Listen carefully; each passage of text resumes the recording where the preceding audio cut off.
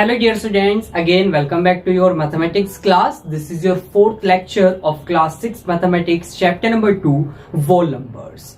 So dear students, in your previous lecture we have discussed about the operation of division, where we discussed that the operation of division is not included under the whole numbers. Whole numbers division of operation को simply show नहीं करते हैं.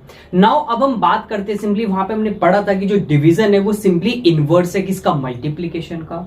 अब हम बात करते हैं simply यहाँ पे प्रॉपर्टीज की. सो जो हमारे डिवीजन का जो ऑपरेशन होता है उसकी प्रॉपर्टीज की अब हम बात करते हैं. सो लाइक दैट, जैसे हमने क्लोजर प्रॉपर्टी को स्टडी किया, कॉम्यूटेटिव प्रॉपर्टी को स्टडी किया एंड एसोसिएटिव प्रॉपर्टी को स्टडी किया. सो ऑल दिस प्रॉपर्टीज यहाँ पे भी हम क्या करेंगे, सिंपली इनको डिस्कस करेंगे. बट सिंपली अगर मैं यहाँ पे बात करता हूं, सो जो हमारी डिवीजन जो प्रॉपर्टीज है सिंपली, जैसे कि क्लोजर हो गई, कॉम्यूटेटिव, एसोसिएटिव प्रॉपर्टी हो गई.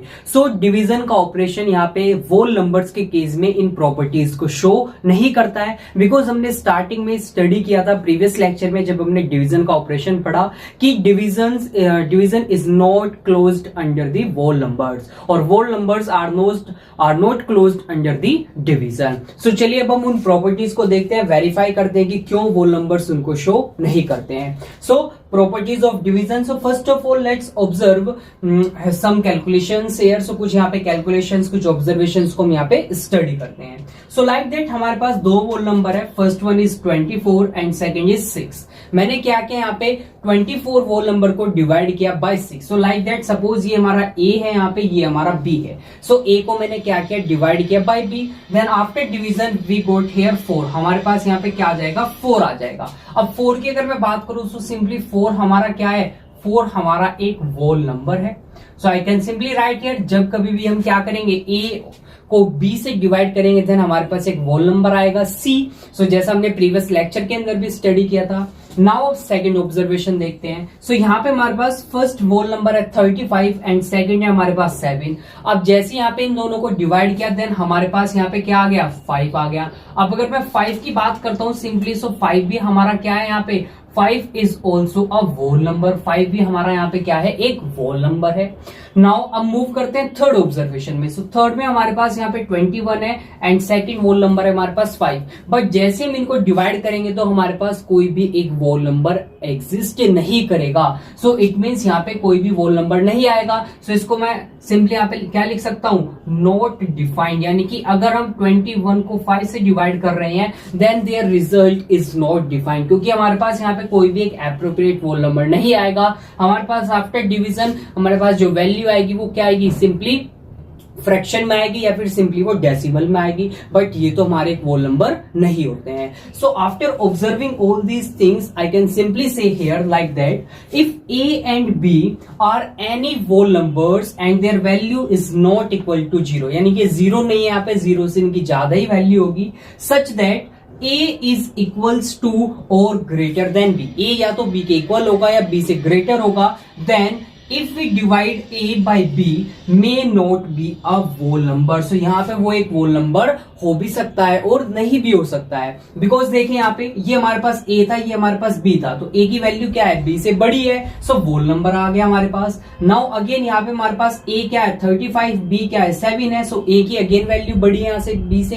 देन अगेन हमारे पास क्या आ गया, एक होल नंबर आ गया. But in the third case में भी देखिए A की वैल्यू 21 है, B की वैल्यू 5 है, यानी कि A अगेन यहाँ पे बड़ा है B से और हम इनको डिवाइड कर रहे हैं. बट इस केस में हमारे पास यहाँ पे कोई भी होल नंबर नहीं आया है. So I can simply say here such that A is equals to or greater than B, then A divided by B may not be a whole number. So वहां पे whole number नहीं हो सकता है. So I can simply say here the whole numbers are not closed under division. whole numbers division के under closed नहीं होते हैं. So dear students, this is the first property here. So ये हमारे यहाँ पे क्या आ जाती है, first property थी. So ये हमारे यहाँ पे whole numbers division के केस में property को show नहीं करते हैं। सो आई होप आपको यहाँ पे अच्छे से समझ में आ गई है प्रॉपर्टी। सो लाइक दैट जैसा हमने सब्सट्रैक्शन के केस में स्टडी किया था, सो बिल्कुल सेम यहाँ पे भी वही कंसेप्ट हमारा यूज हो रहा है, बस वहां पे हमने सब्सट्रैक्शन का ऑपरेशन यूज किया था एंड यहाँ पे हम किसका ऑपरेशन यूज कर रहे हैं, डिवीजन का। बट दोनों केसेस में रिजल्ट हमारे क्या है, सेम है। Like that whole numbers are not closed under division and वहां पे क्या आया था हमारे पास, whole numbers are not closed under subtraction। so now अब मूव करते हैं कुछ और पॉइंट्स पे, यहाँ पे कुछ और पॉइंट्स को डिस्कस करते हैं regarding the properties of division. So like that dear students, again हमारे पास यहाँ पे क्या है, एक whole नंबर है a, कोई भी एक whole नंबर a है, then I can simply write this as if a is divided by 1 then their value will equals to a। उनकी वैल्यू क्या आएगी हमारे पास, एक इक्वल आ जाएगी, सिंपली क्योंकि 1 से हम क्या करेंगे, उसको उतने ही टाइम्स डिवाइड कर पाएंगे। सो लाइक दैट बिकॉज, अब ऐसा मैं क्यों लिख सकता हूं, बिकॉज देखिए अगर मैं 1 की मल्टीप्लाई a में करूंगा देन हमारे पास a ही आ जाएगा again, and then I can simply say if a is divided by 1 then their answer और their result will be a। उनका रिजल्ट और आंसर क्या आ जाएगा, हमारा a ही आ जाएगा, बिकॉज हमने पीछे भी प्रॉपर्टी में स्टडी किया था लास्ट लेक्चर के अंदर। लाइक दैट ये हमारे पास a है, ये हमारे पास b है, तो जब हम इन दोनों को डिवाइड करेंगे तो हमारे पास एक थर्ड c whole नंबर आएगा। सो ये हमने डिस्कस किया था प्रीवियस लेक्चर के अंदर। So I can simply write this as, now moving on to the next point. So if a is any non zero, a क्या है हमारा, कोई भी एक नॉन जीरो whole नंबर है, then I can simply say here if a divides a, अगर a खुद को क्या करेगा, डिवाइड करेगा, then their value will be 1। उनकी वैल्यू क्या आएगी, 1 आएगी। बिकॉज अब ऐसा क्यों बोला, बिकॉज अगर मैं a की मल्टीप्लाई 1 में करूंगा या 1 की मल्टीप्लाई a में करूंगा देन हमारे पास क्या आएगा, a ही आ जाएगा। So I can simply write here if I divide a by a then their value will be 1। उनकी वैल्यू कितनी आ जाएगी, हमारे पास 1 आ जाएगी। लाइक दैट अगर हमारे पास क्या है, सपोज 9 है, 9 को मैं 9 से डिवाइड करूं then their value will be 1, और अगर मैं सिंपली 9 की मल्टीप्लाई 1 में करूं then their value will be 9 आ जाएगी। So I can simply write this as, now in the third point, if a is any non zero whole number. So again हमारे पास a क्या है, कोई भी एक नॉन जीरो whole नंबर है, then if I divide 0 by this whole number then this their value will be 0। उनकी value क्या आ जाएगी, 0 आ जाएगी। सो अगर मैं 0 को डिवाइड करूंगा किसी भी whole नंबर से देन वैल्यू हमेशा क्या आएगी, उनकी 0 ही आएगी। Because if I multiply 0 in a then simply again हमारे पास वैल्यू क्या आएगी, 0 ही आ जाएगी। So I can simply write here 0 divided by a is equals to 0। So dear students, these are the properties of division of whole number. So ये हमारी properties होती है डिवीजन के केस में। सो आई होप आपको यहाँ पे अच्छे से समझ में आ गई हैं सभी प्रॉपर्टीज।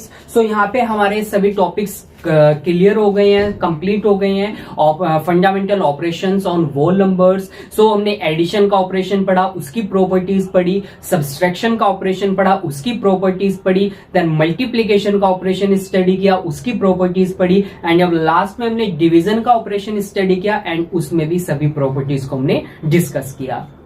नाउ डियर स्टूडेंट्स, अब लास्ट टॉपिक हमारा यहाँ पे बचता है विच is the patterns of whole numbers. whole numbers के पैटर्न्स किस तरह से होते हैं, तो जैसा भी हमने पीछे भी स्टडी किया था मल्टीप्लीकेशन के केस में भी और एडिशन के केस में भी, वहां पे एडिशन में हमने सम को फाइंड किया था और मल्टीप्लीकेशन में हमने प्रोडक्ट को फाइंड किया था। सो हमने कुछ नंबर्स का क्या किया था, रीअरेंजमेंट किया था। सो वहां पे हमने कुछ पैटर्न्स को फॉलो किया था। सो लाइक दैट यही हमारा आगे का नेक्स्ट टॉपिक है। बट नेक्स्ट टॉपिक पे जाने से पहले, पैटर्न्स ऑन whole नंबर्स को स्टडी करने से पहले हम कुछ क्वेश्चंस को डिस्कस करते हैं which are based on the operation of division, जिससे आपको ऑपरेशन ऑफ डिवीजन जो कंसेप्ट है और जो हमने प्रीवियस लेक्चर के अंदर डिवीजन एल्गोरिथम को स्टडी किया था उसके बेस पे कुछ क्वेश्चंस डिस्कस करते हैं, जिससे वो टॉपिक आपको और अच्छे से क्लियर हो जाएंगे। So let's move on to some questions.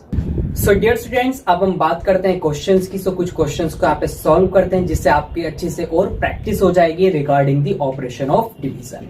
So here the very first question given is that divide 279 by 13 and check the result by division algorithm। So हमें क्या करना है, 279 को 13 से डिवाइड करना है एंड आफ्टर डिवाइडिंग देम जो हमारे पास वहां पे रिजल्ट आएगा, जो आंसर आएगा, उसको हमें चेक करना है बाय यूजिंग डिवीजन एल्गोरिथम कि जो हमारा आंसर आया वो करेक्ट है या फिर नहीं है। सो चलिए सबसे फर्स्ट हम अपने डाटा को यहाँ पे नोट करते हैं, जो भी डाटा हमें गिवन है। सो देखिए हमारे पास डिवाइडेंट हमारे पास क्या है यहाँ पे। So dividend here given is 279 and divisor क्या है हमारे पास यहाँ पे, हमारे पास डिवीजर है 13। नाउ अब हमें किसको फाइंड करना है, हमें सिंपली क्वाइटेंट को फाइंड करना है एंड दी रिमाइंडर। सो हमें इनको क्या करना है, सिंपली यहाँ पे फाइंड करना है, देन हम डिवीजन एल्गोरिथम का यूज करके हमें इसको वेरीफाई करना है। सो लाइक दैट 279 इसको हमें क्या करना है, सिंपली डिवाइड करना है किससे, 13 से। नाउ 13 कितने टाइम्स, यहाँ पे 2 टाइम्स 26 आ जाएगा। आफ्टर सब्सट्रैक्शन बचेगा 1, देन 9 हमारे पास नीचे आ गया। सो 1 टाइम ही हम ले सकते हैं, this will be 13 and after subtraction we got here 6। So देखिए हमारे पास 21 हमारा क्या आ गया है, क्वाइटेंट आ गया है एंड 6 हमारा क्या आ गया यहाँ पे, रिमाइंडर आ गया है। सो नाउ चलिए पुट करते हैं इनको सभी को डिवीजन एल्गोरिथम में। सो डिवीजन एल्गोरिथम क्या थी हमारी, वहां पे simply dividend is equals to divisor multiplied by quotient plus remainder. So this is the division algorithm. So चलिए वैल्यूज को पुट करते हैं। सो डिवाइडेंट हमारा कितना है, 279 है। डिवीजर कितना आया, कितना है डिवीजर हमारा, 13 है। क्वाइटेंट कितना आया हमारे पास, 21 आ गया, प्लस रिमाइंडर कितना है हमारे पास, 6 आया। नाउ इनकी जब हम मल्टीप्लाई करेंगे देन दिस विल बी कितना आ जाएगा हमारे पास, 273 प्लस 6 और ये कितना है 279, then 279 is equals to add करेंगे then 279। Hence the answer is correct, hence the answer is correct. So हमने डिवीजन एल्गोरिथम का यूज करके हमने अपने क्वेश्चन को, अपने आंसर को क्या किया, यहाँ पे वेरीफाई किया। सो हमारा जो आंसर आया है लाइक दैट, ये हमारे क्या आए हैं, बिल्कुल करेक्ट आए हैं। So dear students, that's how you can simply solve this type of questions. So I hope अगर आपको इस तरह का कोई क्वेश्चन मिलेगा एक्सरसाइज में या एग्जाम में, तो आप उसको इजिली वहां पे सॉल्व कर सकते हो। Now moving on to the next question पे हम मूव करते हैं। So in the next question we have given find the greatest 4 digit number which is exactly divisible by 135। So देखिए क्वेश्चन को ध्यान से यहाँ पे आपको केयरफुली रीड करना है, समझना है। क्वेश्चन में हमें पूछा गया है कि हमें सबसे ग्रेटेस्ट 4 डिजिट के नंबर को फाइंड करना है जो एग्जैक्टली डिविजिबल होगा किससे, 135 से। यानी कि 135 उसको कंप्लीटली क्या कर दे, डिवाइड कर दे, और रिमाइंडर हमारा कितना है वहां पे 0 आए। सो चलिए देखते हैं। सो फर्स्ट ऑफ ऑल अगर मैं सिंपली सबसे ग्रेटेस्ट 4 डिजिट नंबर की बात करता हूं, so the greatest 4 digit number, so 4 digit greatest number क्या होगा हमारे पास, the greatest 4 digit number is equals to 999 and 9। so ये हमारा ग्रेटेस्ट 4 डिजिट नंबर है, बट अभी हमें पता नहीं है कि ये इसको एग्जैक्टली डिवाइड कर पाएगा या नहीं। सो सिंपली इसको डिवाइड करते हैं 135 से। सो 999 डिवाइडेड बाय 135। सो 135 से इसको सिंपली क्या करते हैं हम यहाँ पे डिवाइड करते हैं। सो लाइक दैट नाउ 135 से हमें इसको क्या करना है, सिंपली यहाँ पे डिवाइड करना है। सो चलिए देखते हैं कितने टाइम्स हम इसको सिंपली डिवाइड कर सकते हैं यहाँ पे। सो अगर मैं इसको यहाँ पे क्या लू, सिंपली अगर मैं इसको यहाँ पे लेता हूँ 7 times, so 7 times, so it means 135 multiplied by 7। सो कितना आएगा यहाँ पे 35, 3, 21, 24, 2, 7 और 8, 9। So this will B 945। So 7 times हमने यहाँ पे लिया। सो ये कितना आ गया हमारे पास 945। नाउ सब्सट्रैक्ट करते हैं इसको। सो दिस विल बी कितना आ जाएगा 4, दिस विल बी 5 एंड 9 हमारा यहाँ पे क्या आ गया, नीचे आ गया। नाउ अब हम इसको क्या करते हैं, सिंपली अब हम लेते हैं इसको 4 टाइम्स। सो अब की बार हम क्या लेंगे, इसको 4 टाइम्स लेते हैं, देन देखते हैं वैल्यू कितनी आएगी 4। सो 4 20, 2 इधर कैरी चला गया हमारे पास, 4 12, 13 14 and 1 and this will be कितना आ जाएगा, this will be 540. So 4 times जब हम इसको लेंगे then this will be the 540. Now reminder हमारा कितना बचा यहाँ पे 9 बच गया. सो हमने यहाँ पे क्या किया, इसको सिंपली डिवाइड किया. अब हम फाइंड करते हैं यहाँ पे वो नंबर जो हमारा 4 डिजिट ग्रेटेस्ट नंबर होगा और एग्जैक्टली डिविजिबल होगा किससे, 135 से. तो चलिए देखते हैं यहाँ पे सिंपली क्या होगा. So the smallest number, the smallest number which should be subtracted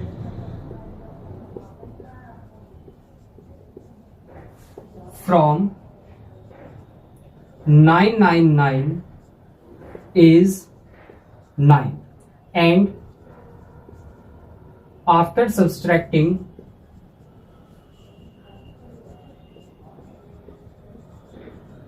the number we got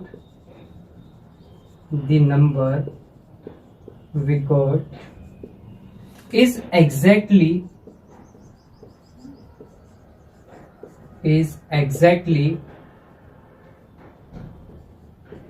divisible by 135. सो चलिए देखते हैं. तो सिंपली हमें यहाँ पे क्या करना है, 9999 यानी कि जो ग्रेटेस्ट 4 डिजिट नंबर है उसमें से स्मॉलेस्ट वो नंबर सब्सट्रैक्ट करना है जिससे सब्सट्रैक्टिंग के बाद जो हमारे पास नंबर आएगा वो एग्जैक्टली डिविजिबल होगा किससे, 135 से. Then this number will be 9990. So ये हमारा क्या होगा, ये हमारा वो ग्रेटेस्ट 4 डिजिट नंबर होगा जो एग्जैक्टली डिविजिबल होगा किससे, 135 से. So I can simply write here like that the greatest 4 digit number which is exactly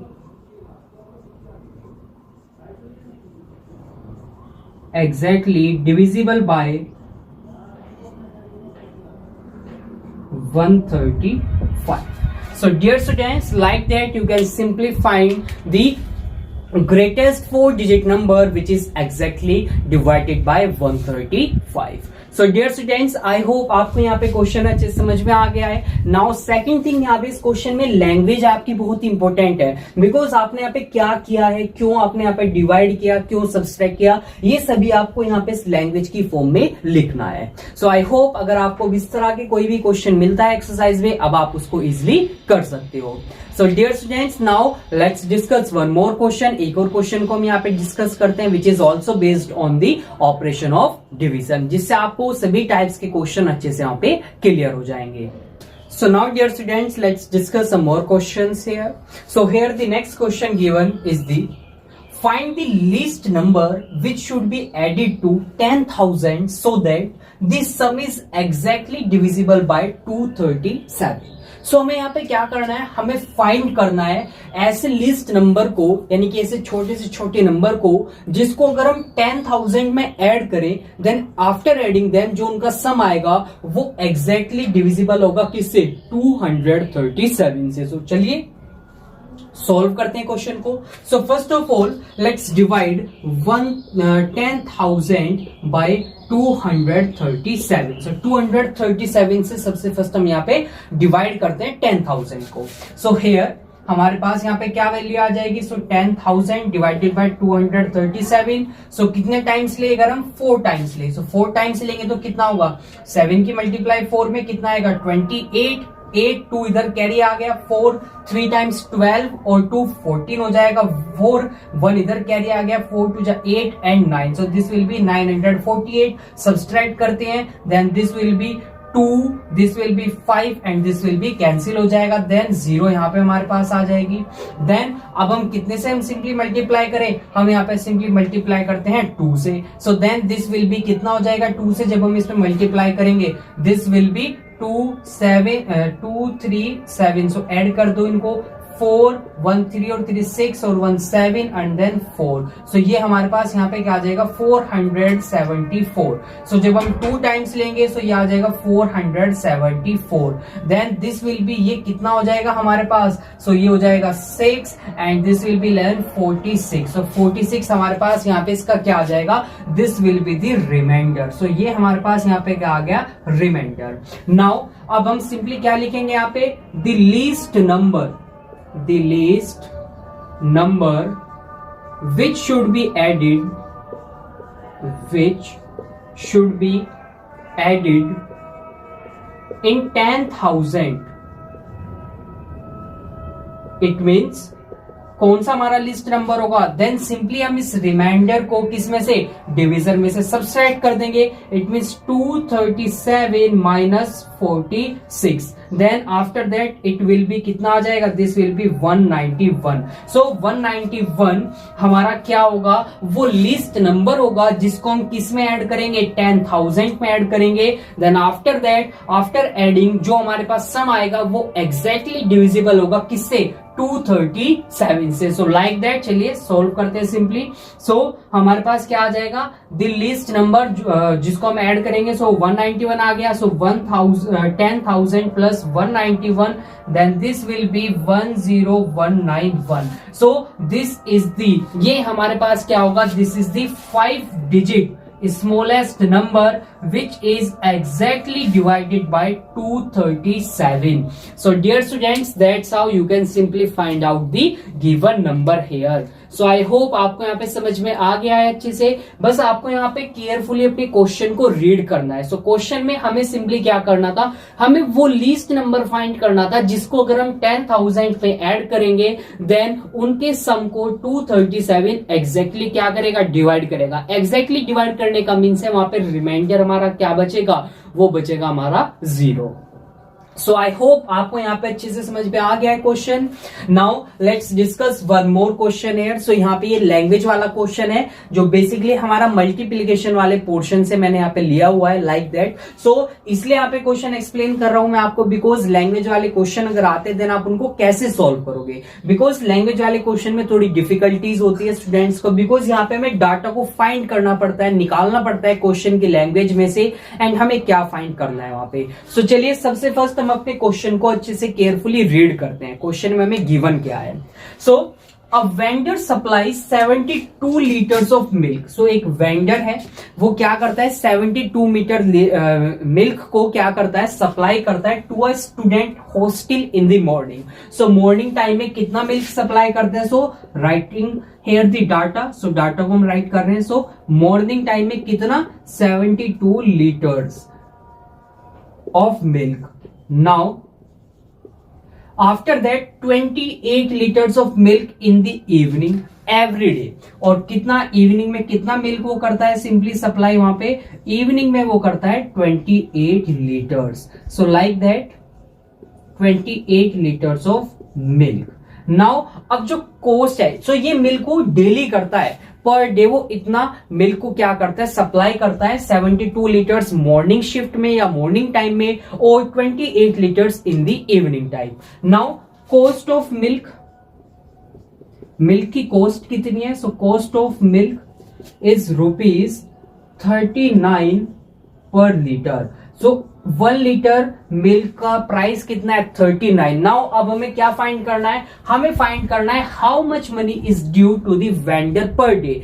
पर डे वेंडर पे कितना मनी ड्यू रहता है, यानी कि हॉस्टल को कितना मनी देना है वेंडर को पर डे. सो पर डे का मीन्स क्या होगा, जितना भी टोटल पर डे वो मिल्क सप्लाई कर रहा है उसकी हमें सिंपली मल्टीप्लाई किससे करनी है, जो हमें 1 लीटर की वैल्यू गिवन है, प्राइस गिवन है. So after observing all the data, so यहां पे हमारे पास एक इक्वेशन बन जाती है. सो इक्वेशन क्या बनेगी हमारे पास, simply so I can write here money due to the vendor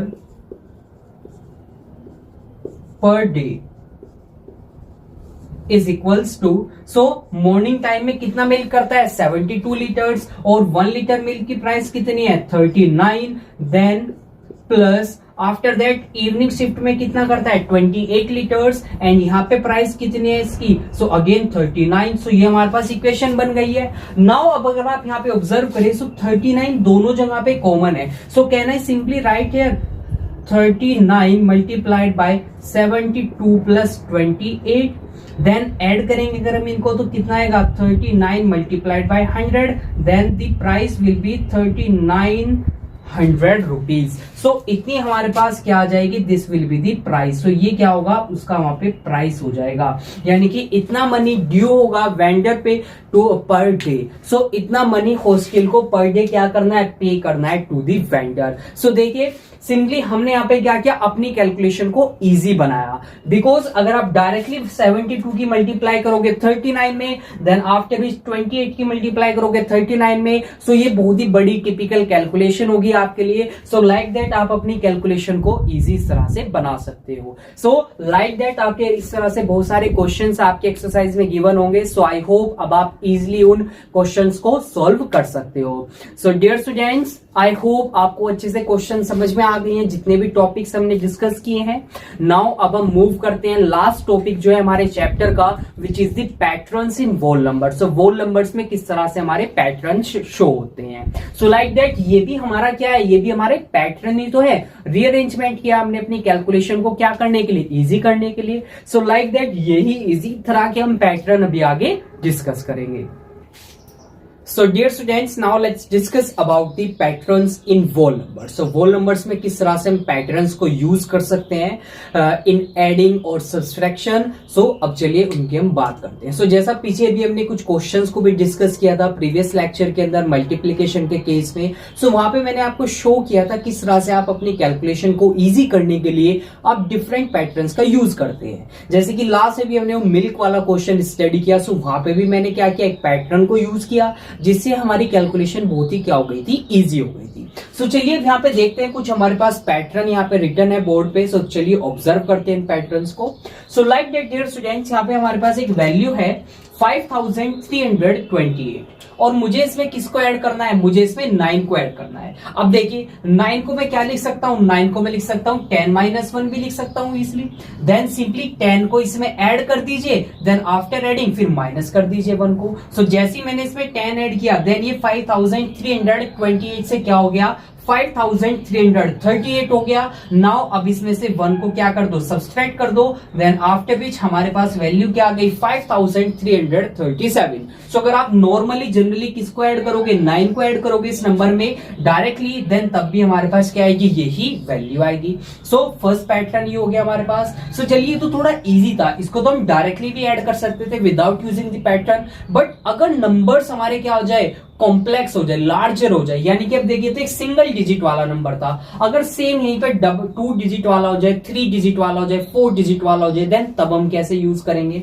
सो अब की बार हमारे पास सेम नंबर है वही, बट अब की बार हमारे पास क्या आ गया, 99 आ गया। सो देखिए 99 को थोड़ा ऐड करना डिफिकल्ट है यहाँ पे अगर हम कैलकुलेशंस की बात करें, जबकि 9 थोड़ा सा इजी था। अब देखिए 99 को मैं क्या लिख सकता हूं, 100 - 1 लिख सकता हूं। अब इस 100 को सिंपली क्या करें, इसमें ऐड करें। सो ऐड करने के बाद वैल्यू क्या आ गई, 5428 आ गई। नाउ अब इसमें से 1 को सब्सट्रैक्ट कर दें, देन वैल्यू आ जाएगी 5427। सो लाइक दैट। अब देखिए अब हमें क्या लगा यहाँ पे, अब हमें थोड़ी इजी होने लगी हमारी कैलकुलेशन। नाउ चलिए और कॉम्प्लेक्स नंबर लेते हैं यहाँ पे थोड़ा।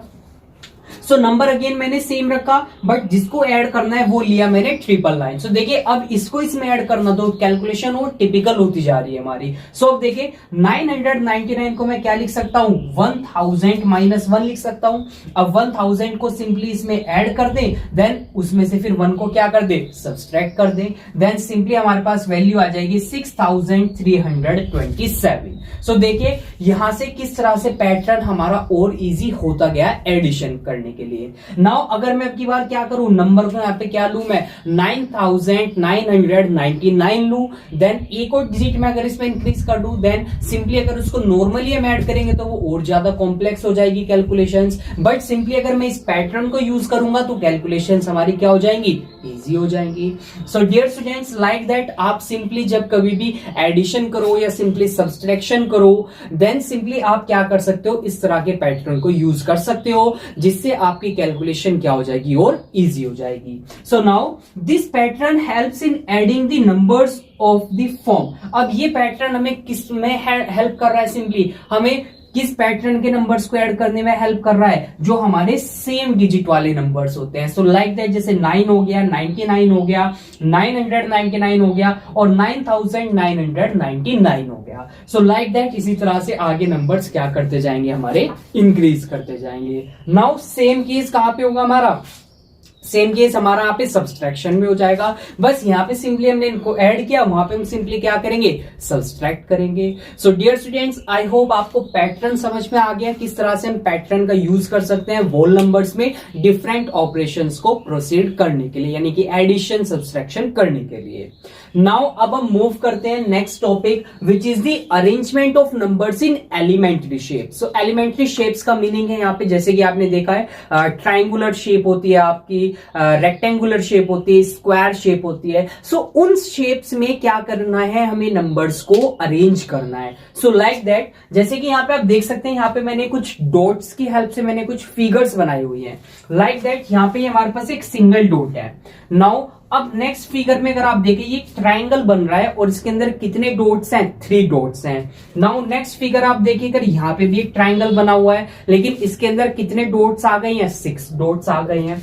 नाउ नेक्स्ट अगर देखें आप, तो ये भी एक ट्राइंगल बन रहा है हमारा, और इसमें कितने डॉट्स हैं हमारे, 10 डॉट्स हैं। इट मींस यहाँ पे जो फर्स्ट डॉट था ये सिंपली 1 को रिप्रेजेंट कर रहा है, नेक्स्ट फिगर 3 को रिप्रेजेंट कर रही है, उससे नेक्स्ट फिगर 6 को, एंड देन नेक्स्ट फिगर किसको कर रही है, डिनोट, ये 10 को डिनोट कर रही है। So like that dear students, we can simply arrange any number in the form of elementary shape. So ये शेप्स जो है ना हमारी, इनको हम क्या बोलते हैं, एलिमेंट्री शेप्स बोलते हैं। सो लाइक दैट अगर हम बात करें, so these figures show the arrangement of the numbers 1, 3, 6 and 10 by the triangle. So triangles की फॉर्म में हमने इन नंबर्स को क्या कर दिया, यहाँ पे अरेंज कर दिया। And these numbers 1, 3, 6 and 10 are called the triangular numbers।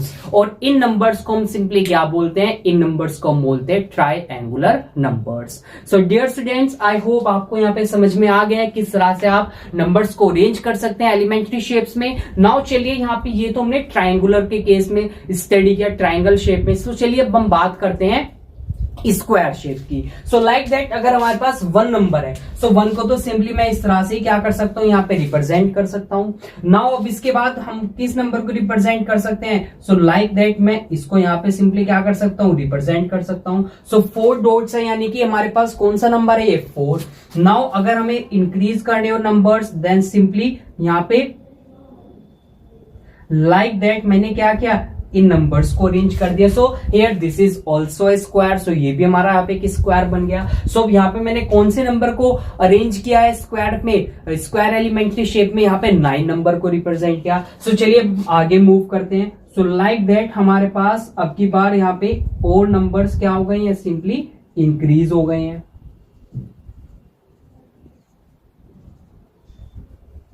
So like that अब मैंने स्क्वायर शेप में किसको रिप्रेजेंट किया, अब मैंने 16 को क्या किया, यहाँ पे 16 को रिप्रेजेंट किया। सो मार्क करते हैं। सो this is 1, this is 4, this is 9 and this is 16। So dear students, the numbers 1, 4, 9 and 16 are called here square numbers। so इनको हम यहाँ पे क्या बोलेंगे, इनको हम यहाँ पे square numbers बोलेंगे। so like that आप और भी बहुत सारी एलिमेंट्री शेप्स है, उनमें भी क्या कर सकते हो, इन नंबर्स को अरेंज कर सकते हो।